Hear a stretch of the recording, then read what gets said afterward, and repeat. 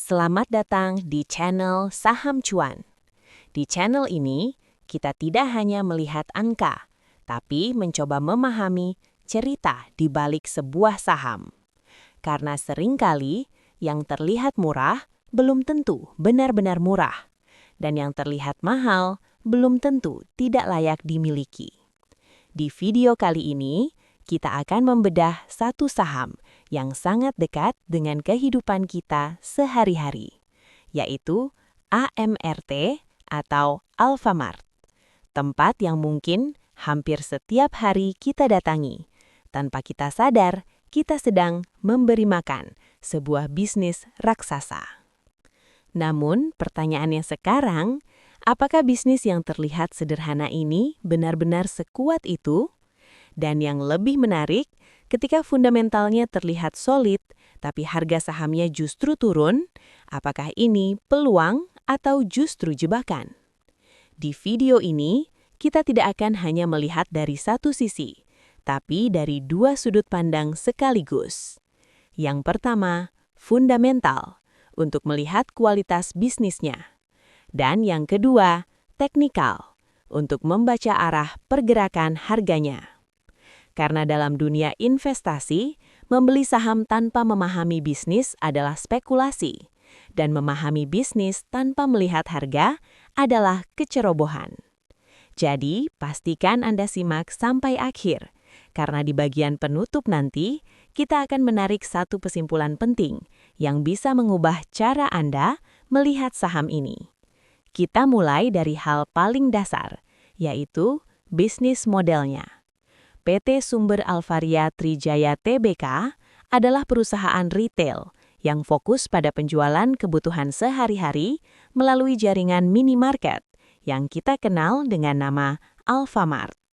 Perusahaan ini berdiri sejak tahun 1989 dan mulai benar-benar berkembang pesat ketika beralih ke format minimarket modern dan sistem waralaba di awal tahun 2000-an. Sejak saat itu, pertumbuhannya luar biasa.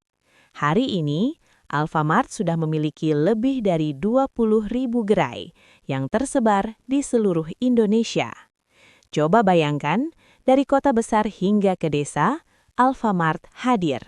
Ini bukan sekedar toko, ini adalah infrastruktur konsumsi masyarakat. Sekarang kita bahas kenapa bisnis ini menarik.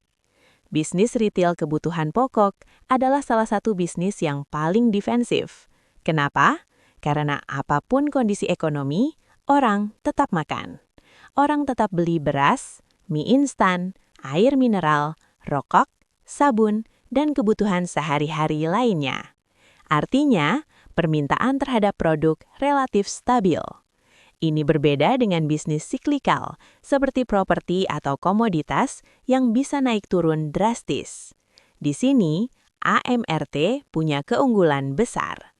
Selain itu, mereka juga punya kekuatan lain, yaitu lokasi. Alfamart selalu berada dekat dengan konsumen. Konsepnya sederhana, tapi sangat powerful. Convenience. Orang tidak perlu pergi jauh, cukup jalan kaki atau naik motor sebentar sudah bisa belanja. Dan ini menciptakan repeat customer yang sangat tinggi. Tidak hanya itu, AMRT juga terus berkembang menjadi lebih dari sekedar minimarket. Mereka masuk ke pembayaran digital, top-up e-wallet, pembayaran tagihan, bahkan layanan tiket. Artinya, mereka sedang membangun ekosistem. Dan ini penting, karena masa depan retail bukan hanya jual barang, tapi juga jual layanan. Sekarang kita masuk ke bagian penting, struktur kepemilikan. Lebih dari 50% saham AMRT dikuasai oleh PT Sigmantara Alfindo. Dan di balik itu ada satu nama besar, yaitu Joko Susanto, founder yang membangun Alfamart dari nol hingga menjadi raksasa seperti sekarang. Apa artinya ini? Pertama, kontrol perusahaan sangat kuat. Keputusan strategis tidak terpecah-pecah. Ini biasanya positif, karena arah bisnis lebih jelas. Namun, di sisi lain, ini juga berarti pemegang saham minoritas tidak punya banyak pengaruh. Tapi menariknya, AMRT juga dimiliki oleh investor global seperti Mitsubishi Corporation, Fidelity, dan institusi besar lainnya. Ini memberikan keseimbangan antara kontrol founder dan standar governance global. Sekarang kita masuk ke bagian yang paling ditunggu, pertumbuhan. Revenue AMRT saat ini mencapai sekitar 126 triliun rupiah. Ini angka yang sangat besar dan masih terus tumbuh sekitar 7,5% secara tahunan. Namun yang lebih menarik adalah pertumbuhan laba. EPS tumbuh lebih dari 46%. Ini sangat tinggi. Artinya, bukan hanya jualannya yang naik, tapi keuntungannya naik jauh lebih cepat. Apa artinya ini? Efisiensi meningkat. Perusahaan semakin pintar mengelola biaya. Dan ini biasanya terjadi ketika bisnis mulai mencapai skala tertentu. Sekarang kita bahas profitabilitas. Net profit margin AMRT sekitar 3,4%. Kelihatannya kecil ya, tapi ini normal untuk bisnis retail. Yang penting bukan marginnya, tapi perputarannya. Dan disinilah keajaiban AMRT. Aset turnover lebih dari 3 kali. Artinya, aset yang mereka miliki diputar dengan sangat cepat. Ditambah lagi, cash conversion cycle hanya 6 hari. Ini luar biasa. Kenapa? Karena mereka bisa menjual barang dan menerima uang lebih cepat daripada mereka membayar supplier. Ini disebut negative working capital. Dan ini adalah salah satu model bisnis terbaik di dunia. Sekarang kita masuk ke kesehatan keuangan.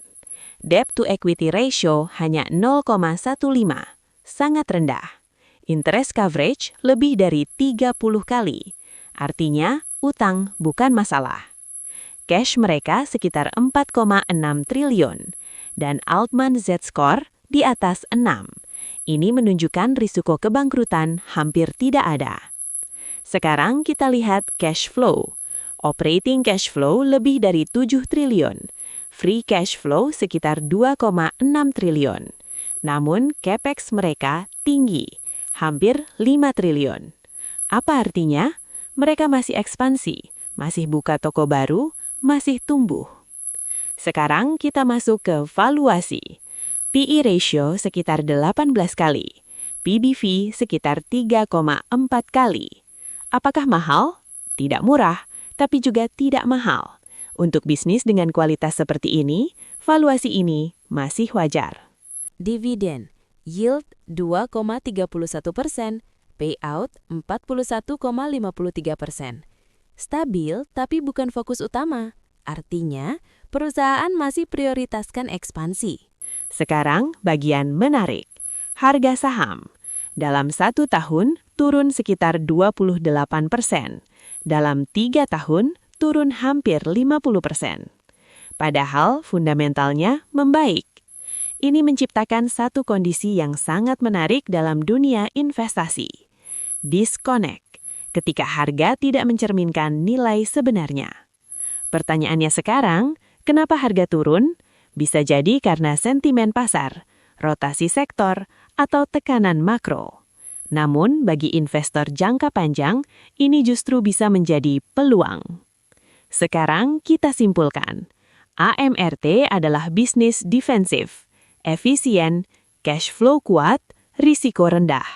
Namun, margin tipis, valuasi tidak murah, harga sedang turun. Jadi, apakah AMRT layak dibeli? Jawabannya tergantung. Jika Anda tipe value investor, ini bisa jadi peluang akumulasi.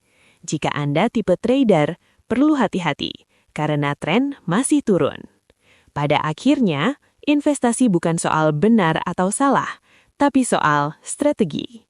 Jadi sekarang, saya ingin tanya ke Anda. Menurut Anda, AMRT ini peluang atau jebakan?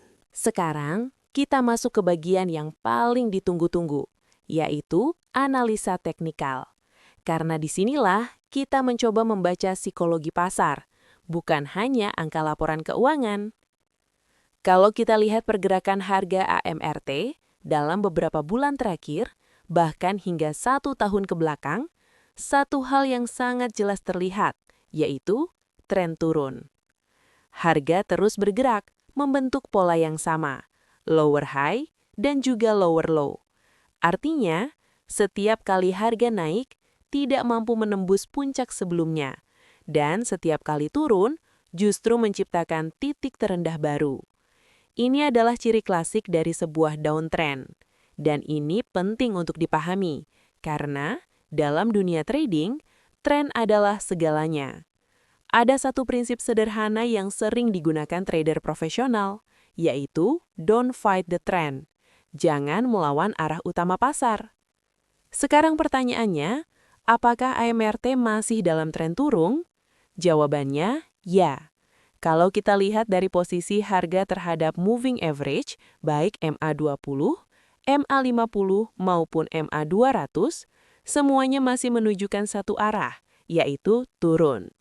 Posisi MA yang berurutan dari atas ke bawah membentuk apa yang disebut perfect bearish alignment.